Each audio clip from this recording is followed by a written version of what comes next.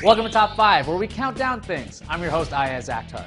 If you pay attention to sites like CNET, you stay well informed and know what's going on in the tech world. You think you know how everything will turn out.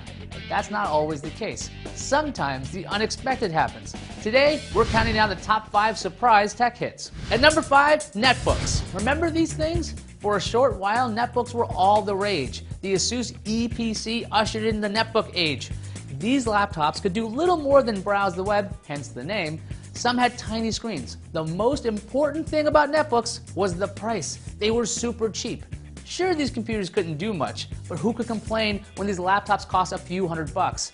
Netbooks eventually died out thanks to better phones and tablets. At number 4 is the Apple iPod. $400 for a music player.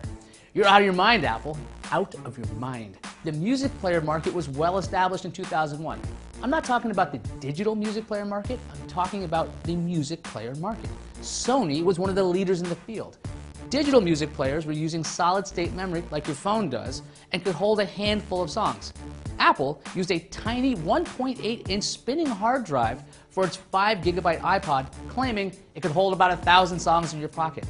Analysts didn't think the iPod could have legs since it was a Mac-only product at the time. Eventually, Apple opened up the iPod to Windows users and together with the iTunes Music Store, put together quite the powerhouse. At number 3, the Nintendo Wii.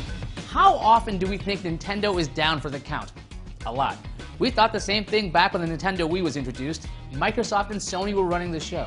Nintendo decided it wasn't going to play by their rules by going with motion control in the Nintendo Wii. The graphics were less than amazing. The specs on the hardware weren't spectacular, but the gameplay was flat out fun.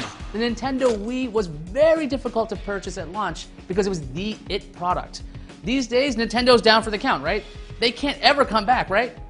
Right. At number 2, the Apple iPad. When the iPad was introduced, tablets already existed and had largely failed.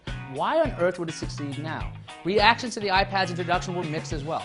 Why would anyone want to use a big iPod Touch? Why would anyone want to use one of these things? Also, what about that name? Great questions, but people really didn't seem to care. The iPad became a huge hit for Apple. iPads outsold Macs, and Apple reinvented the tablet market. Larger phones seem to have eaten away at tablet sales, but that's probably why Apple introduced the iPad Pro.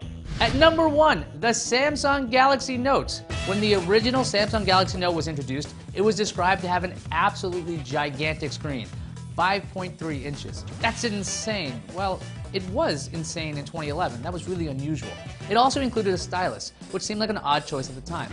Samsung, often ridiculed as lacking in creativity, made something different with the Note. It was unlike all other phones in the market. Its large size put it in the space between phones and tablets. So what did Samsung do? It sold 10 million units in 9 months. Huge phone, huge hit. And there you go, the top 5 surprise tech hits. What's that? I can almost hear you yelling at the screen. First, stop. This isn't live. I can't really hear you. Second, let me know what you think on Twitter. I'm at Ayaz. For more top 5s like this, visit top5.cnet.com. Thanks for watching, and we'll see you next time.